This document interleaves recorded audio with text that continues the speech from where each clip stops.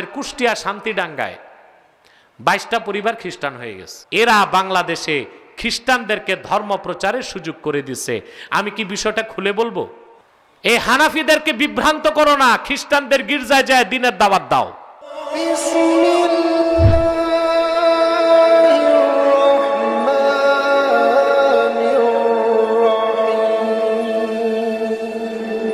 তাদের একটাই নাম সালাফি বা লামাযহাবী।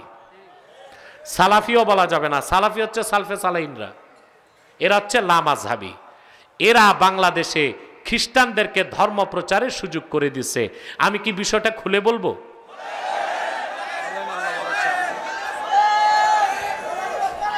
খ্রিস্টানরা মানুষকে খ্রিস্টান বানাবার ক্ষেত্রে প্রথম যে অস্ত্রটা ব্যবহার করে সেটা হচ্ছে মুহাম্মদ সাল্লাল্লাহু আলাইহি ওয়াসাল্লাম শাফাত করতে পারবেন না,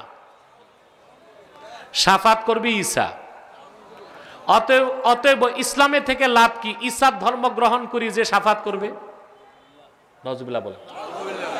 প্রিয় ভাইরা, তোমাদের কাছে আমার জিজ্ঞাসা, আল্লাহর হাবিব মুহাম্মদ সাল্লাল্লাহু আলাইহি ওয়াসাল্লাম শাফাত করতে পারবেন না, এই কথাগুলো টেলিভিশন চ্যানেলে ওয়াজের মাঠে প্রচার করে কোন ফেরকার মৌলবীরা?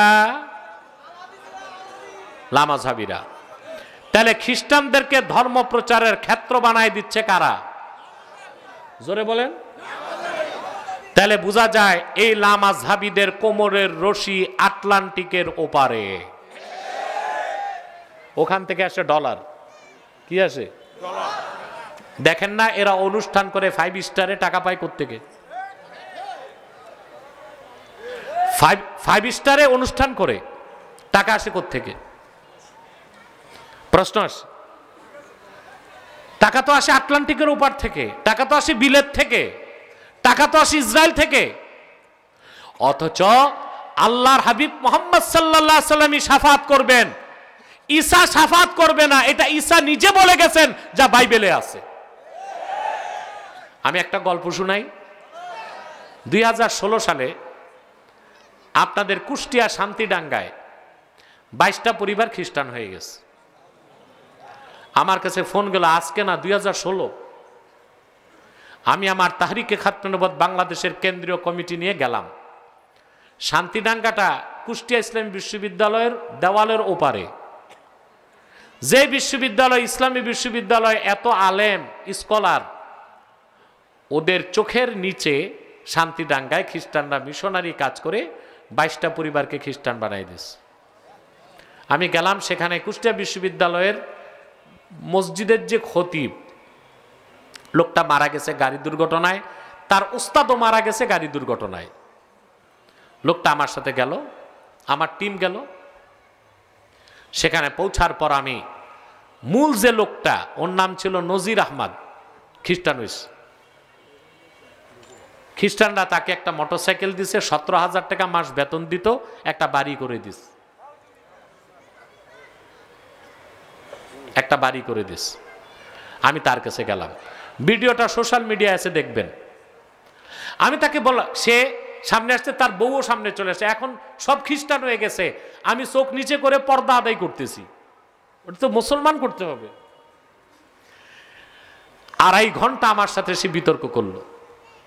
আমি তাকে জিজ্ঞেস করলাম, ভাই তুমি আল্লাহর হাবিব মুহাম্মদ সাল্লাল্লাহু আলাইহি ওয়াসাল্লামের একমাত্র দিন ইসলাম বাদ দিয়া খ্রিস্টান হইলা কেন? তার প্রথম জবাব ছিল, মুহাম্মদ সাল্লাল্লাহু আলাইহি ওয়াসাল্লাম তো শাফাত করতে পারবেন না, তো ওনার ধর্মে থেকে লাভ কি? ঈসা তো শাফাত করবে, এই জন্য খ্রিস্টান হয়েছে। আমার পাশে কুষ্টিয়া বিশ্ববিদ্যালয়ের শিক্ষকটা লামাযহাবী, দেখি তার মুখে অমাবস্যার কালো রাত। সে বুঝতে পারছে তাদের অপপ্রচার সুবিধা নিচ্ছে কারা। তাৎক্ষণিক আমি চ্যালেঞ্জ করলাম, মুহাম্মদ সাল্লাল্লাহু আলাইহি ওয়াসাল্লাম শাফাত করবেন, এটা কোরআনেও আছে, হাদিসেও আছে। কি পরিমাণ হাদিস তা গুণে শেষ করা যাবে না। আর ঈসা যে শাফাত করবে, এটা কোরআনেও নাই, বাইবেলেও নাই। আর সে চ্যালেঞ্জ করলো বাইবেলে আছে। আমি বলছি তো বাইবেল আনো। আমাদের ডিনার দেখছে আমার ভিডিওটা, আমি বলছি বাইবেল আনো। এখন বাইবেল এনে এই পৃষ্ঠা শুধু উল্টায়, খবর নাই। তাহলে লামাযহাবী ভাইরা, তোমরা এই আহলুস সুন্নাহ ওয়াল জামাতের আকীদার বিরুদ্ধে ফতোয়া দিয়া কাউরে তো লামাযহাবী বানাইতেছ না, খ্রিস্টানদের মুখের লোকমা বানাই দিচ্ছ। এবার সংশোধন হও লামাযহাবীরা, এই হানাফিদেরকে বিভ্রান্ত করো না, খ্রিস্টানদের গির্জায় যায় দিনের দাওয়াত দাও। ওই হ্যাডম নাই, খ্রিস্টানদের ক্ষেত্র বানাই দিচ্ছে। হারাগাছের যুবকরা সুন্নিয়তের ঝান্ডা হাতে তুলে নাও।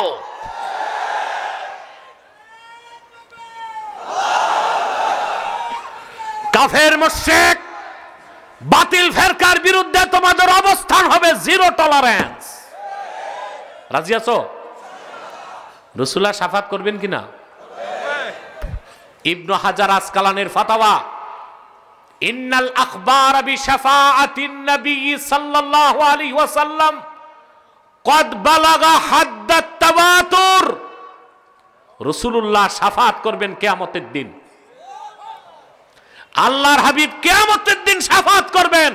এই হাদিসগুলো মুতাওয়াতিরের দরজা লাভ করছে। আর কোরআন অস্বীকারী যেমন কাফের, মুতাওয়াতির হাদিস অস্বীকারীও। তাহলে খ্রিস্টানদেরকে শুধু তওবা করলে হবে না, লামাযহাবীদেরকেও তওবা করতে হবে। কথা বলে না? আরে মিয়া ঠিকটা ঠিক মতো বলো। খ্রিস্টানদেরও তওবা করতে হবে, তো পাক্কা কাফের, মুসলমান হইতে হবে। আর লামাযহাবীদেরকে আমরা অত কঠিন কথা বলি না, বলতেছি গোমরাহিতে আছো, তওবা করতে হবে। কি করতে হবে? যদি তোমাদের এই বন্ধুকে মনে হয় সে এক্সট্রিমিস্ট, চরমপন্থী, আমি খোদার আল্লাহর নামে শপথ করে বলছি, তোমার বাংলাদেশে যত স্কলার আছে সব নিয়ে বসো, বাহাস লাগবে না, আব্বাসী সংলাপে বসবে। লামাযহাবী মতবাদ মতাদর্শ একটা বাতিল ফেরকা, তা আমি যদি প্রমাণ করতে না পারি, রংপুরের মাটিতে কোনোদিন আমি প্রবেশ করব না, ওয়াদা করছি। এখানে ডিনার আছে। আর মরহুম করিমউদ্দিন ভরসা, রহিমউদ্দিন ভরসা, এক আমরা ছোটকালে শুনতাম করিমউদ্দিন রহিমউদ্দিন, দুই দলের দুই এমপি, ঠিক না? দোয়া করে দিয়েন এমদাদুল হকের জন্য, আল্লাহ তারে জনসেবার সুযোগ দেখ।